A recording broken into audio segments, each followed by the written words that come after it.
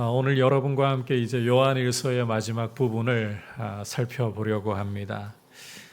요한일서가 이제 끝이 나는 시점이에요.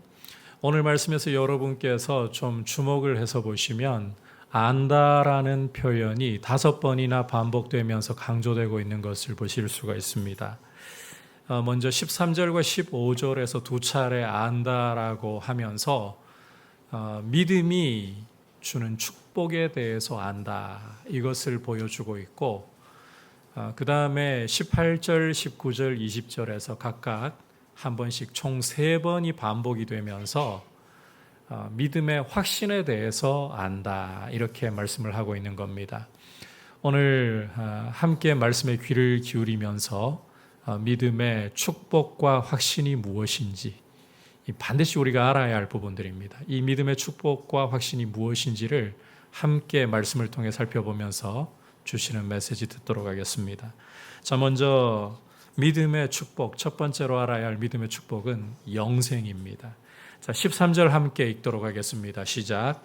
내가 하나님의 아들의 이름을 믿는 너희에게 이것을 쓰는 것은 너희로 하여금 너희에게 영생이 있음을 알게 하려 함이라. 자, 오늘 이 요한일서라는 편지의 마지막 단락에서 요한은 먼저 이 편지를 쓴 목적에 대해서 밝히고 있는데, 너희로 하여금 너희에게 영생이 있음을 알게 하려는 것이다.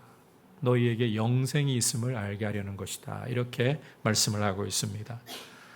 예수 그리스도를 믿는 성도에게는 영생이 있습니다. 왜냐하면 지난 시간에도 우리가 보았지만 하나님이 우리에게 영생을 주셨고 그 생명이 그의 아들 안에 있기 때문입니다. 따라서 예수님을 믿고 그 마음에 예수님을 모시고 있다면 예수님 안에 있는 영생이 함께하는 것입니다. 이 사실을 알려주는 것이 이 편지의 굉장히 중요한 목적이라는 거예요. 그러니까 이 예수님을 믿는 성도에게 영생이 있다는 이 사실은 알아도 그만, 몰라도 그만이 아니라 성도가 반드시 알고 있어야 하는, 결코 잊어서는 안 되는 중요한 일이다. 성도에게 있어서 믿음으로 누리는 큰 축복이다라는 것입니다. 자, 참고로 이 영생이라고 하니까, 영원한 생명이라고 하니까 우리 속에 쉽게 떠오를 수 있는 이미지가 죽지 않고 무한정 사는 것, 이런 이미지일 수도 있을 것 같습니다. 하지만 영생은, 여러분 확실하게 좀 이 개념을 가지셔야 되는데, 영생은 죽지 않고 무한정 산다는 뜻이 결코 아닙니다. 요한복음 17장 3절에서 우리 주님은 영생에 대해서 이렇게 말씀을 하셨어요. 영생은 곧 유일하신 참 하나님과 그가 보내신 자 예수 그리스도를 아는 것이다. 영생은 하나님 아버지와 예수 그리스도를 아는 것입니다. 여기에서 안다라고 할 때에는 우리 이 머리로 아는 개념이 아니에요. 이것은 부부가 함께 살면서 경험적으로 아는 것, 굉장히 친밀한 사귐을 이야기를 하고 있는 것입니다. 따라서 영생이라고 하는 것은, 성경이 보여주고 있는 이 영생이라고 하는 것은 단순히 죽지 않고 무한정 산다는 뜻이 아니라 하나님 아버지와 우리 주 예수 그리스도와의 친밀한 사귐 속에 있다, 이걸 말하는 거예요. 하나님 아버지와 우리 주 예수님과의 인격적인 사귐, 이게 영생입니다. 그리고 이게 믿음이 주는 놀라운 축복이에요. 여러분, 이 영생이 예수 믿는 성도에게 있다는 것을 알려주기 위해서, 잊어버리지 않고 기억하도록 하기 위해서 요한이 이 편지를 쓰고 있다는 거예요. 이 영생이라는 것은요, 하나님과의 이 복된 사귐이라는 것은 세상 누구도 알 수 없고 세상이 줄 수도 없습니다. 왜냐하면 여러분, 이 세상이라는 것은 눈에 보이지 않아도 마귀가 지배하고 있고, 따라서 죄와 사망이 군림하고 있다라는 사실을 아셔야 돼요. 여러분께서 이 예배를 마치고 예배당 바깥으로 나가서 사람들과 만나잖아요. 뭐 다른 게 없어요. 우리가 외적으로 봐서는 먹고 마시고 장가가고 시집가고 일상 살아가면서 다를 바가 없습니다.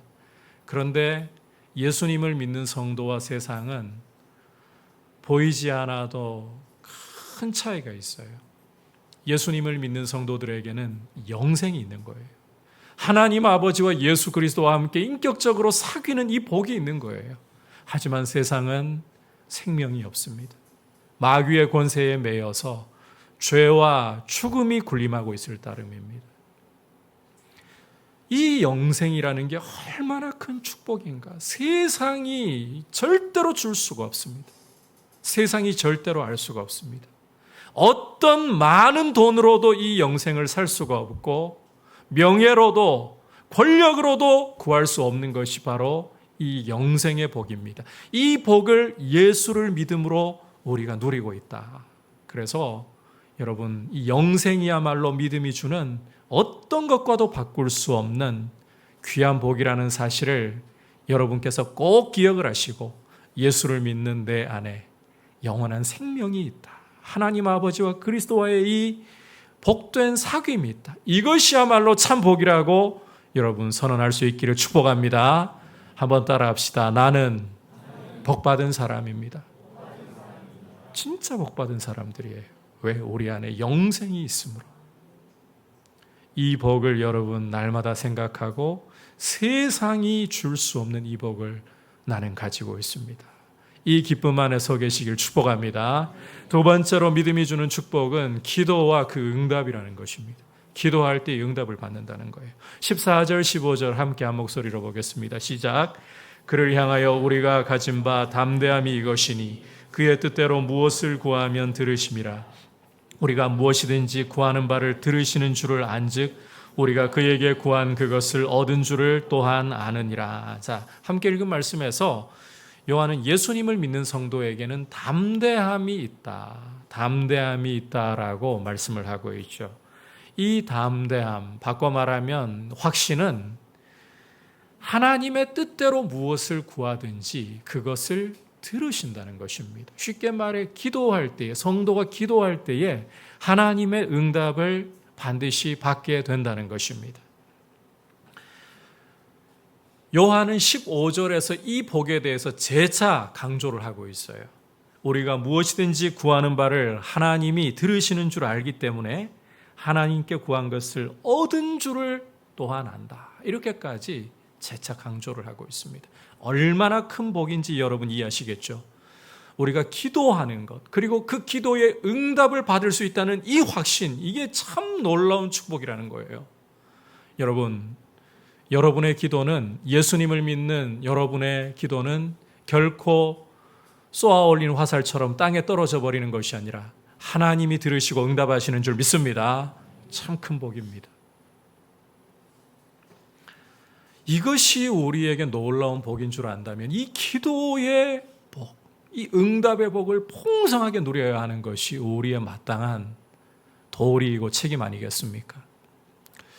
집에 좋은 전동 공구가 있어요.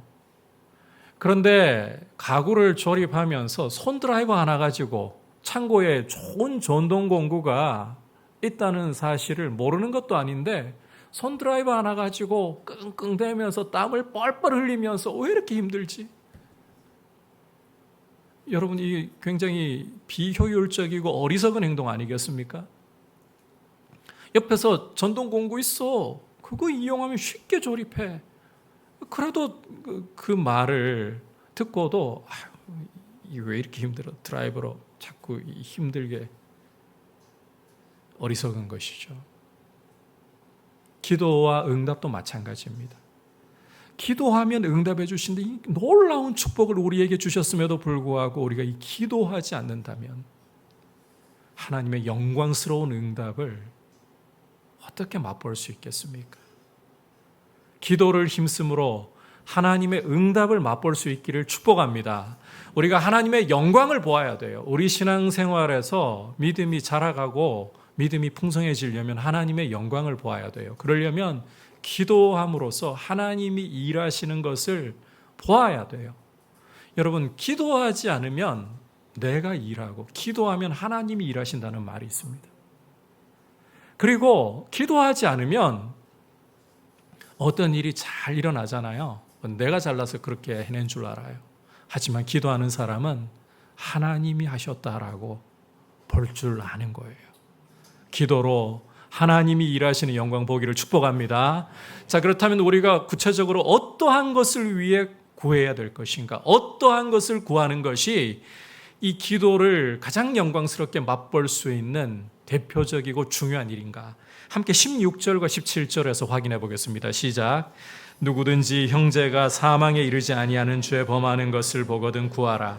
그리하면 사망에 이르지 아니하는 범죄자들을 위하여 그에게 생명을 주시리라.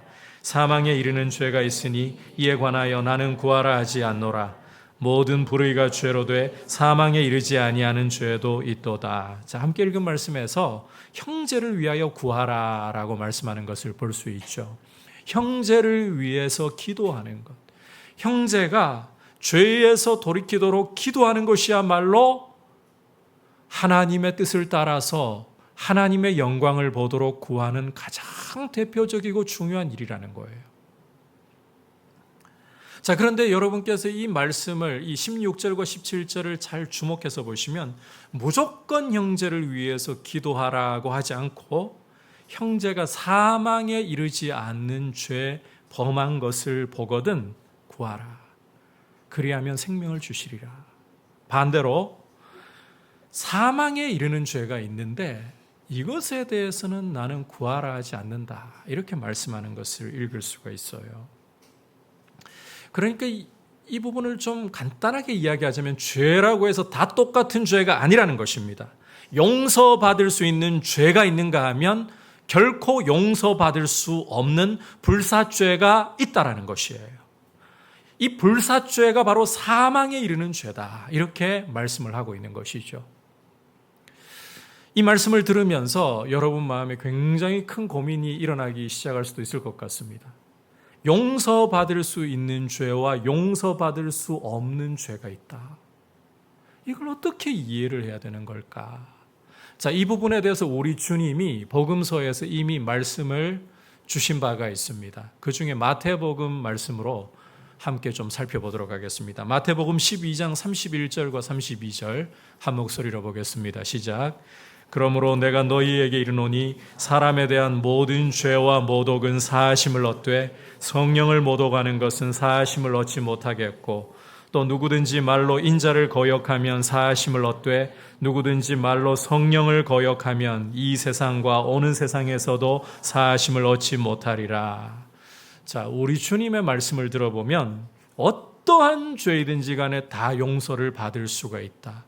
그러나 한 가지, 성령을 모독한 죄는 성령 회방죄라고 부르는 거죠. 성령 회방죄는 이 세상과 오는 세상에서도 용서받을 수 없다. 결코 용서받을 수 없다.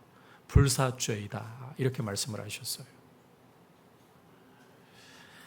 자, 주님 말씀을 기준으로 해서 오늘 말씀을 다시 본다면 사망에 이르는 죄, 용서받을 수 없는 죄라는 게 결국 무엇을 가리킨다고 할 수 있겠습니까? 성령 회방죄라는 거죠. 자, 그렇다면 이제 요한 일서를 받아보는 교회의 입장에서 이 성령 회방죄라는 게 어떤 모습으로 구체적으로 드러났을까? 이 용서받지 못할 죄를 어떻게 지었단 말인가? 자, 이 부분에 대한 이해를 우리가 먼저 가지기 위해서 마태복음에서 성령 회방죄라는 게 구체적으로 어떤 것인가 그 의미부터 좀 알 필요가 있을 것 같아요. 여러분, 이 성령 회방죄라는 것은 결론부터 말씀드리자면 예수님을 끝까지 거부하고 믿지 않는 죄를 가리키는 것입니다. 예수 믿는 성도는 결코 지을 수 없는 죄예요. 성령 회방죄는 예수님을 끝까지 거부하는, 노골적으로 거부하는 죄를 가리킨다. 예수님을 믿지 않는 죄를 가리킨다. 따라서 예수 믿는 성도는 결코 지을 수 없다는 거죠. 조금만 더 구체적으로 말씀드리자면 예수님이 성령의 능력으로 귀신을 쫓아내시고 병자를 고치시니까요, 이 바리새인들이 저건 바알세부를 힘입어 가지고 귀신의 왕을 힘입어 가지고 귀신을 쫓아내는 거다. 예수님을 통해서 예수님을 증거하는 성령님을 회방하는 거예요. 모독하는 거예요. 여러분, 성령님의 역사가 예수님이 하나님 아들이라는 걸 증거하고 있는 현장에서 그 성령님의 증거를 말로서 모독하면서 예수님을 끝까지 안 믿고 거절해버리는 거죠. 이게 바로 성령 회방죄라는 거예요. 여러분 이해하셨죠? 자, 이제 요한 1서로 우리가 다시 돌아와가지고 여러분 먼저 이것부터 강조해서 말씀드리고 싶어요. 예수님을 믿기만 한다면 아무리 큰 죄라 할지라도, 아무리 사람이 보기에 저 죄만큼은 용서받을 수 있을까 하는 죄라 할지라도 다 용서받고 씻음받는 줄 믿습니다. 도덕주의자의 눈으로 볼 때는 이 사실이 잘 용납이 안 될 수도 있어요. 아니, 사람을 죽이고도 용서받을 수 있나요? 한 사람의 인생을 완전히 망가뜨리고 피폐하게 만들고도 용서받을 수 있나요? 그런데 여러분, 성경은 아무리 큰 죄인이라 할지라도 예수님을 믿고서 죄에서 돌이켜 회개한다면 용서받는다라고 말씀을 하고 있습니다. 우리 주님의 보혈이 씻지 못할 죄가 없습니다. 반면 도덕적으로는 굉장히 뛰어나 보이고 남들보다 깨끗해 보이지만 예수님을 끝까지 거절하고 예수님을 믿지 않는다. 여러분, 그 사람은 하나님 보시기에는 악인이에요. 결코 용서받을 수 없는 죄인인 거예요. 이걸 우리의 도덕론적인 관점에서 보면 안 됩니다. 여러분, 예수 그리스도의 보혈이 씻지 못할 죄가 없어요. 그러나 예수 그리스도의 보혈을 거절하고 어떤 경미한 죄라도 결코 씻을 수가 없습니다. 자, 이 점을 염두에 두고 요한 1서의 독자인 교회로 한번 돌아와 보죠. 여러분, 요한 1서를 받아보는 교회가 영지주의 이단의 문제로 골머리를 앓고 있다고 했잖아요. 그리고 이 영지주의의 주된 주장이 뭐라고 했습니까? 예수 그리스도께서 육체로 오심을 부정하는 것이라고 말씀을 드렸죠. 예수님이 육체로 오신 것을 부정한다는 것은 예수님이 십자가로 이루신 그 구원의 은혜를 철저히 거절한다는 것입니다. 여러분, 예수의 보혈로 죄씻음 받는데 예수의 보혈을 거절한다. 어떻게 죄씻음 받을 수가 있나요? 그리고 여러분께서 요한 1서를 읽어보시면 첫머리에서 요한이 하는 이야기가 우리의 사귐은, 다시 말해서 교회의 교제는 하나님 아버지와 예수 그리스도께서 함께하는 것이다. 이 자리에 사람만 보이는 것 같아도 성령님이 오셔서 하나님 아버지께서 그리스도께서 함께하고 계시는 거예요. 생명의 교제라는 거예요. 이런 생명의 교제가 있는 공동체인 교회를 영지주의 이단들과 거기에 빠진 사람들은 떠나버렸습니다. 그렇다면 어디에서 구원을 찾고 생명을 찾을 수 있겠습니까? 예수님의 보혈의 공로를 부정하고 생명의 교제의 공동체인 교회를 떠나가 버렸다. 이게 보여주는 것은 그들은 예수님께 속한 듯 처음에는 외형이 그렇게 보였으나 결코 예수님께 속한 게 아니라 마귀에게 속해 있었다는 거예요.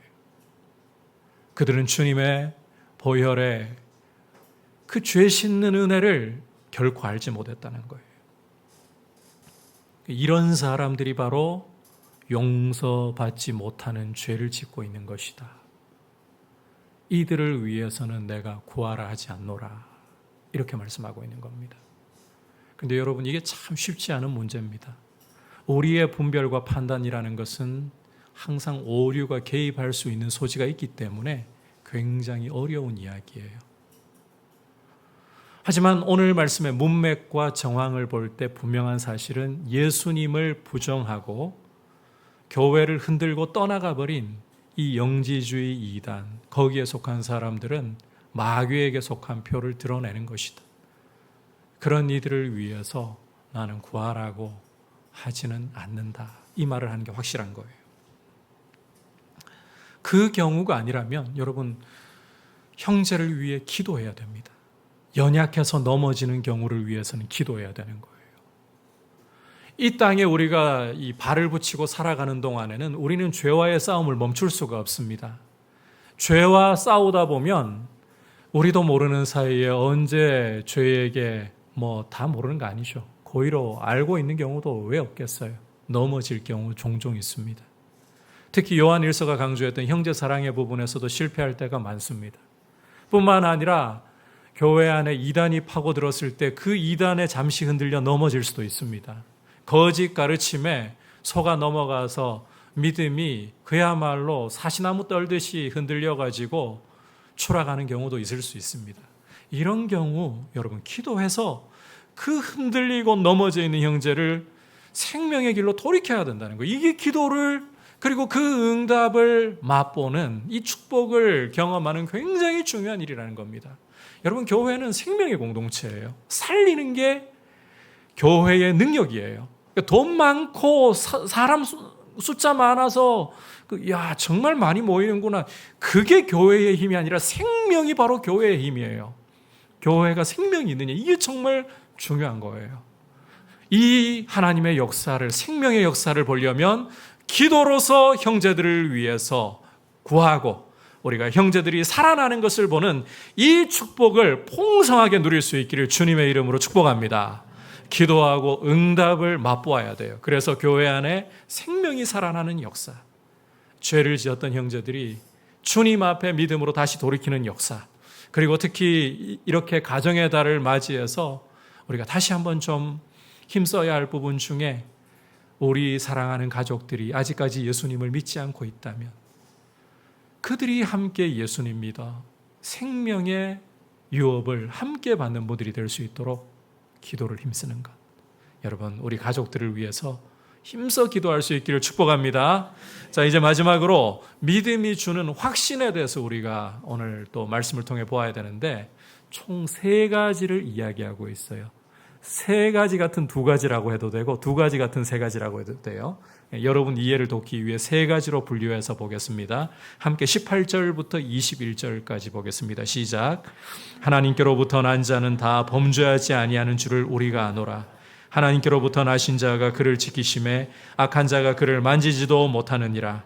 또 아는 것은 우리는 하나님께 속하고 온 세상은 악한 자 안에 처한 것이며 또 아는 것은 하나님의 아들이 이르러 우리에게 지각을 주사 우리로 참된 자를 알게 하신 것과 또한 우리가 참된 자 곧 그의 아들 예수 그리스도 안에 있는 것이니 그는 참 하나님이시요 영생이시라.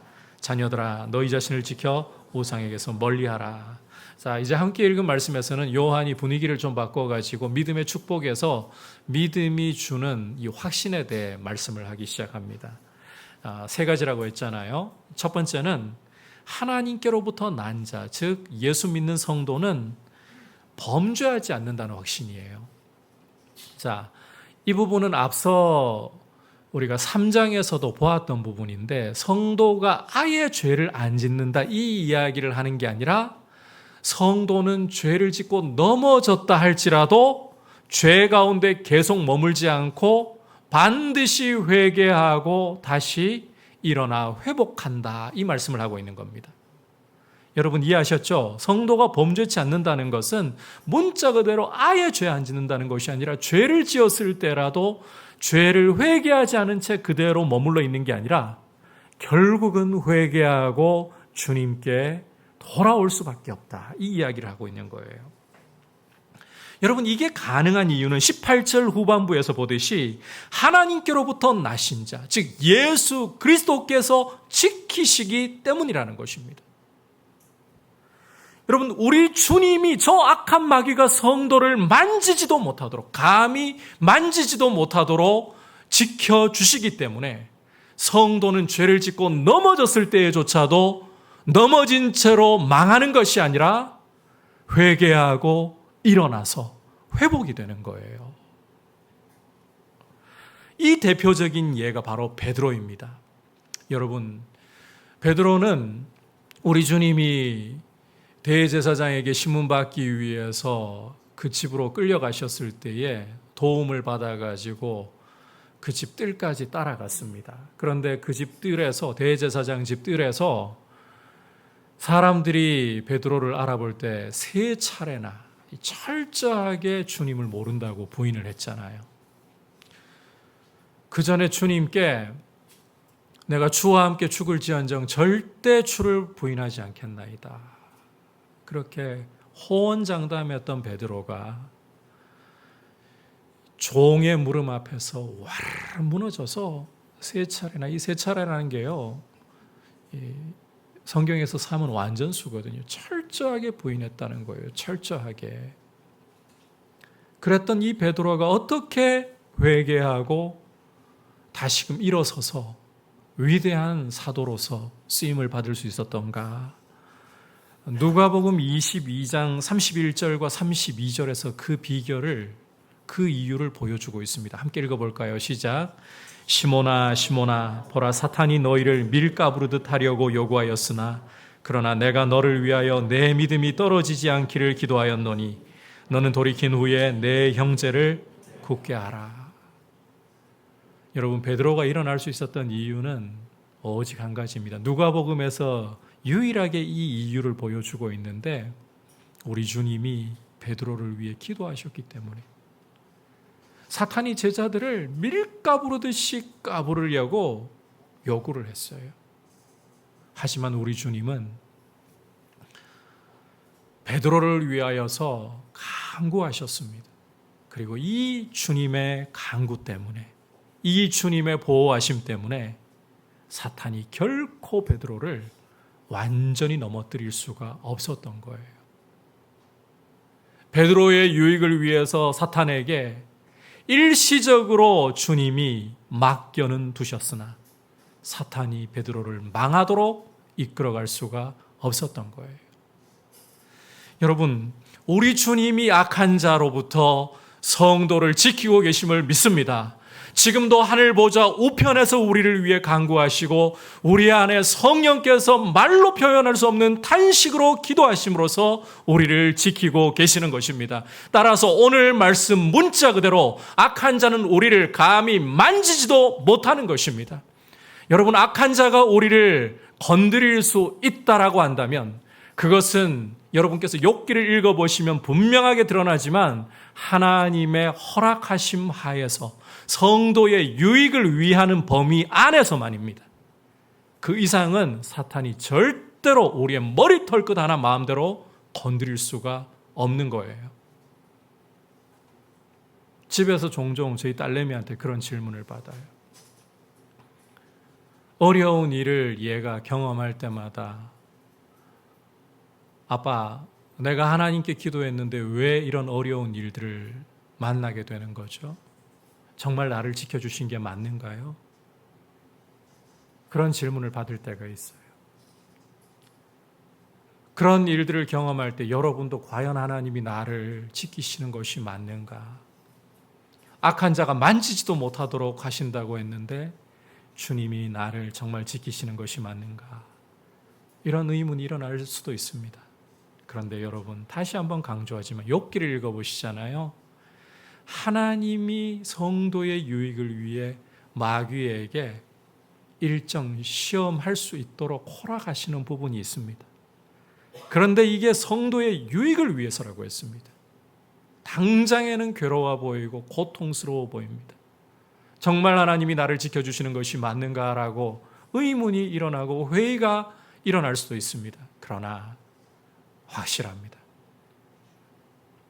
그리고 주님이 허락하지 않으시면 마귀는 그 너머 건드릴 수가 없는 거예요.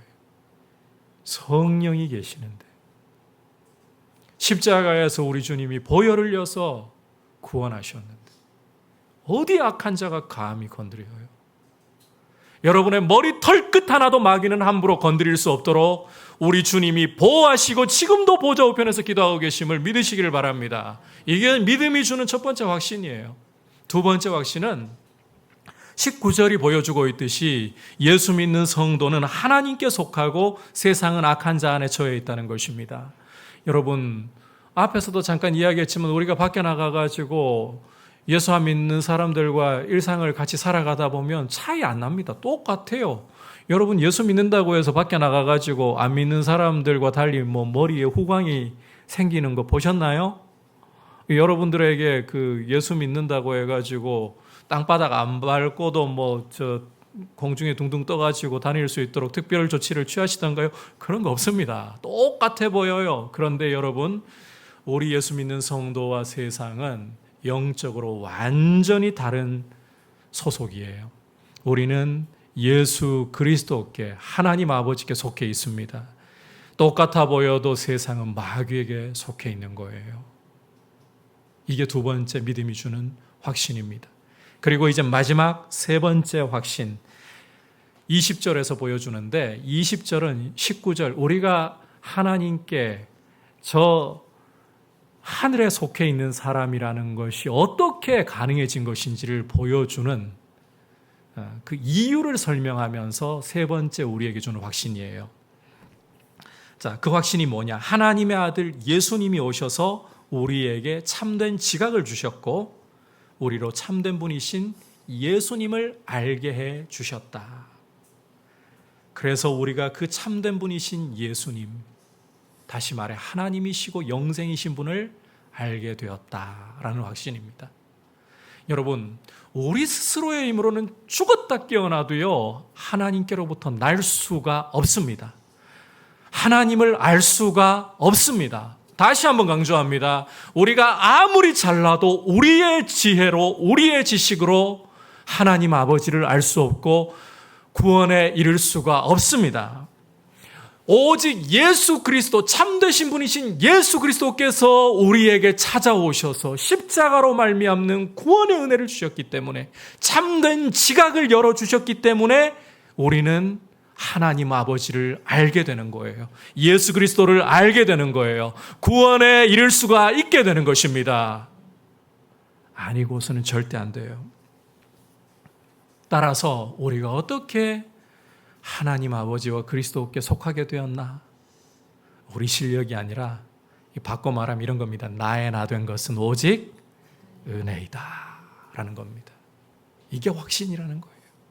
놀라운 확신이라는 거예요. 여러분, 만약에 내가 하나님을 아는 것이나 구원에 이르는 것이 내 믿음의 실력에 달려있다, 우리의 구원은요, 하루에도 수십 번 왔다 갔다 할 수 있습니다. 우리 믿음의 수준, 솔직히 그 기분 좋고 우리가 바랬던 일들이 일어나면 뭐 하늘에 이르기까지, 천국에 이르기까지 믿음 좋아지잖아요. 그런데 참 우리가 싫어하고 절대 좀 안 일어났으면 하는 일들이 우리의 삶에 닥쳐왔다, 우리 믿음은 지옥까지 떨어집니다. 이런 이야기를 참 강단에서 하는 게 굉장히 가슴 아픈 이야기이고, 여러분들의 삶에 이런 일이 개인적으로는 없기를 바랍니다만, 이번에 뉴스에 굉장히 가슴 아픈 소식이 들려왔었죠. 스쿨존에서 버스가 우회전 신호가 있음에도 불구하고 무시하고 갔다가 길을 건너던 초등학생 하나를 완전히 치여가지고 그 자리에서 아이가 죽었잖아요. 여러분, 이게 만약에 우리에게 일어난 일이라고 한번 생각을 해보십시오. 아마 우리가, 물론 이것도 주님 은혜로 가능한 것인데요, 그래도 주님, 여전히 나는 주님을 사랑합니다, 이 고백하는 거 참 쉬운 일 아닙니다. 아마 이런 일을 만났을 때 주님을 믿는다고 믿음의 고백을 뒤에 가서는 다시금 정리하면서 할 수 있을지 몰라도, 당장에는 주님께 온갖 우리 속에 쓴물들을 다 토하고, 정말 주님 살아계십니까? 이렇게 나올 수 있는 게 우리 믿음의 주소입니다. 그게 우리 실력이잖아요, 솔직히. 그러니까 여러분, 우리의 구원이 우리 믿음에 달려있다고 생각하면 이건 우리의 감정 따라, 우리의 사건 따라 천차만별로 요동치고 난리도 아닐 거예요. 그런데 우리가 우리 실력과 우리의 자격으로 예수 그리스도를 알고 구원에 이른 것이 아니라, 그가 오셔서 참된 지각을 주셨기 때문에 그리스도를 알고 그리스도를 믿고 구원에 이르렀다. 우리 실력이 아니라 은혜로 되는 것이기 때문에 우리의 구원은 누구도 흔들 수 없다, 이 확신을 우리에게 주고 있는 것입니다. 여러분, 이 요한일서를 받아보는 교회는 영지주의자들 때문에 큰 고통을 골머리를 앓았다 그랬잖아요. 영지주의자들은 자신들만이 참된 지식을, 영적인 지식을 가지고 있고 나머지들은 다 어중이 떠중이라고 비난을 하면서 사람들을 미혹했습니다. 그리고 결국에는 교회 공동체를 뒤흔들어 놓고 교회를 떠나가 버렸습니다. 남아있는 성도들은 굉장히 마음이 어려울 수밖에 없어요. 우리가 정말 어중이 떠중이들인가? 우리는 영적으로 아무것도 아니란 말인가? 그런데 요한은 오늘 이 말씀을 통해서 이렇게 이야기하는 거예요.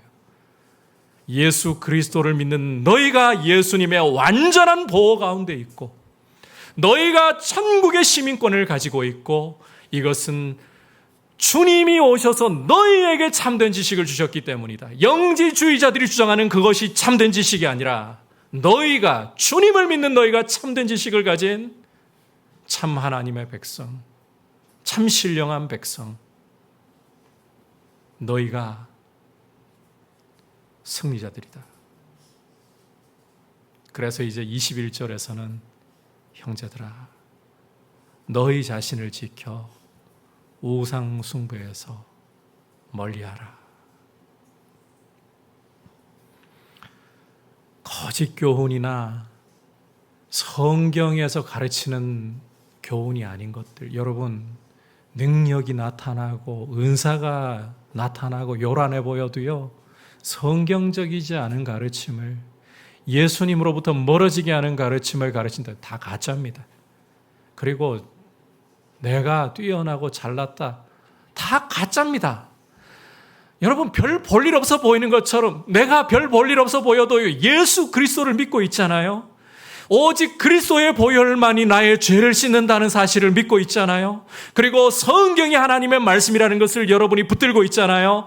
이게 진짜인 거예요. 이게 참된 지식인 거예요. 이게 신령한 것이에요. 이 믿음 가운데서 여러분 굳게 서셔서 예수 그리스도를 믿고 하나님의 말씀 위에 서 있는 이 길이 승리의 길이고 이 길이 거룩함의 길이고 이 길로 걸어가는 교회가 승리한다. 이 확신 가운데에서 우상숭배라는 건 겁니다. 주님께로부터 떠나게 하는 거짓 가르침들, 요란해 보이고 화려해 보여도 그러한 데 속지 말고 주님 앞에 꼿꼿이 서서 승리의 길을 걸어갈 수 있기를 주님의 이름으로 축복합니다. 오늘 여러분과 함께 믿음이 주는 축복과 확신에 대해서 함께 살펴보았습니다. 여러분, 영지주의자들은 자기들이 영적인 지식 갖고 있다고 우리가 잘난 사람들, 우리가 하나님의 은총 받은 사람들, 우리가 구원받은 사람들, 그리고 교회를 뒤흔들어 놨어요. 하지만 그거 다 가짜인 거죠. 오늘날도 그러한 거짓은 언제든 교회를 파고 들어올 수 있습니다. 그러나 여러분, 예수 그리스도를 믿는 것이 진정한 축복이고 이 축복이 주는 두 가지 놀라운 특권은 영생이 있다. 하나님 아버지와 그리스도와 사귄다. 그리고 기도하면 들으심을 얻는다는 것입니다. 아울러 이 믿음이 주는 확신은 우리는 그리스도의 완전한 보호하심 가운데 있기 때문에 죄를 지어도 일어날 수 있다. 그리고 우리는 결코 세상에 속하지 않았다. 이게 은혜이다라는 확신입니다. 이 가운데 굳게 서서 여러분 용감하게 믿음으로 넘어져도 십자가 붙들고 또 일어나서 앞으로 나아가는 저와 여러분 되기를 축복합니다. 이제 말씀을 생각하면서 함께 545장 박수치면서 함께 고백드리겠습니다.